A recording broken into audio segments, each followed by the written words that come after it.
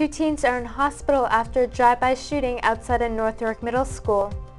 The Greek government is on the verge of collapse as pressure mounts for the Prime Minister to step down. Humber News starts now.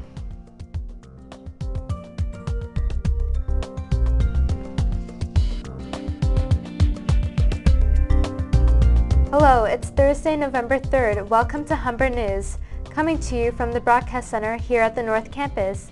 I'm Elisa Narain. Thanks for joining us.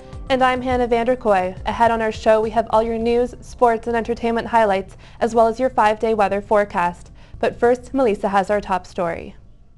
A boy and a girl, both in their teens, are in hospital after shots were fired in North York this morning.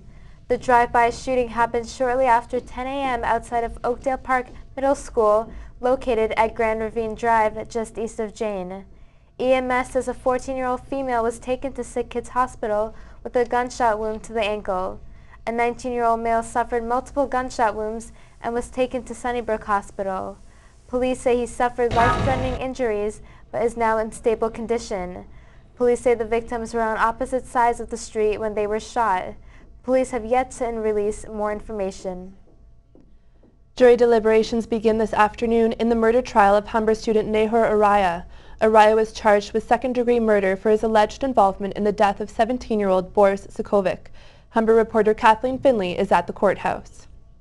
The judge has been recapping all of the evidence provided by the witnesses and the arguments of both the defense and the Crown. Now, the jury has been sent into deliberations, and they have the option of 3 verdicts: guilty of second-degree murder, not guilty of second-degree murder, or guilty of manslaughter.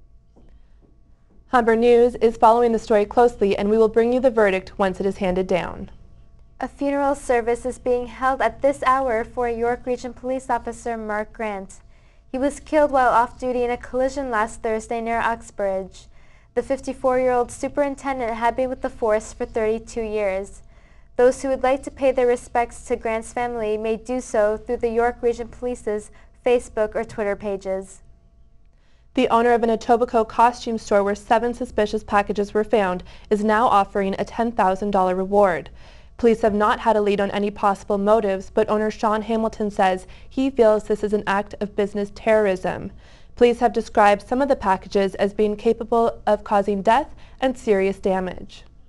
Occupy Toronto, now in its 3rd week, is facing issues with the fast-approaching cold weather.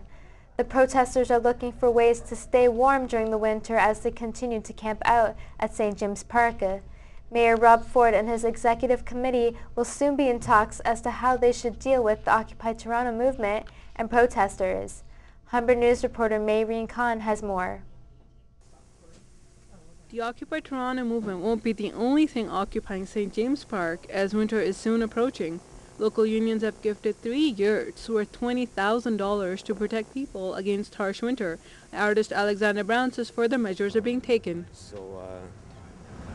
Obviously, insulating the tents and making sure they're weatherproof. Many people putting double tarping kind of their setup, and so far we've tested a few rainstorms and stuff. Well, the Winterization committee has said that actually snow acts as an insulator, and a lot of the homeless that are in the park with us too have said the same thing, that after there's a big snow, if over your tent, it'll actually keep it warmer because of the insulation. As Mayor Ford decides on how to handle the Occupy Toronto situation, the people camped out here say they are not going anywhere and ready to take on winter. For Humber News, I'm Maureen Khan. Meanwhile, violence erupted overnight with Occupy Oakland protesters as they moved into a public plaza. Over 200 officers donned masks and fired tear gas as protesters ran away. Some activists provoked police by throwing gas canisters and rocks. Police say 60 people were arrested and several others suffered minor injuries. This is just the latest in a string of violence between police and protesters at Occupy Oakland.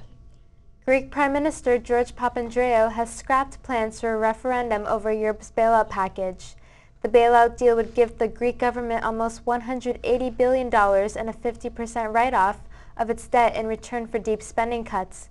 Papandreou says he will not resign despite calls from the opposition for a new transition government. His government will face a confidence vote tomorrow. G20 leaders are in France today for an emergency meeting on the European financial crisis. President Barack Obama says resolving the crisis is the top priority at today's summit. The ongoing political turmoil in Athens has kept the Eurozone leaders from presenting the G20 with a clear action plan. French and German leaders told the Greek Prime Minister yesterday his country won't receive any more aid until it meets its commitment to the Eurozone. When we come back, we'll have more news from around the country and the world. Vicky Simon will have the sports news, and we'll have your weather forecast with Dino Pasalic. It should be warmer this afternoon, but you can still expect some showers. I'll have your 5-day forecast after the break.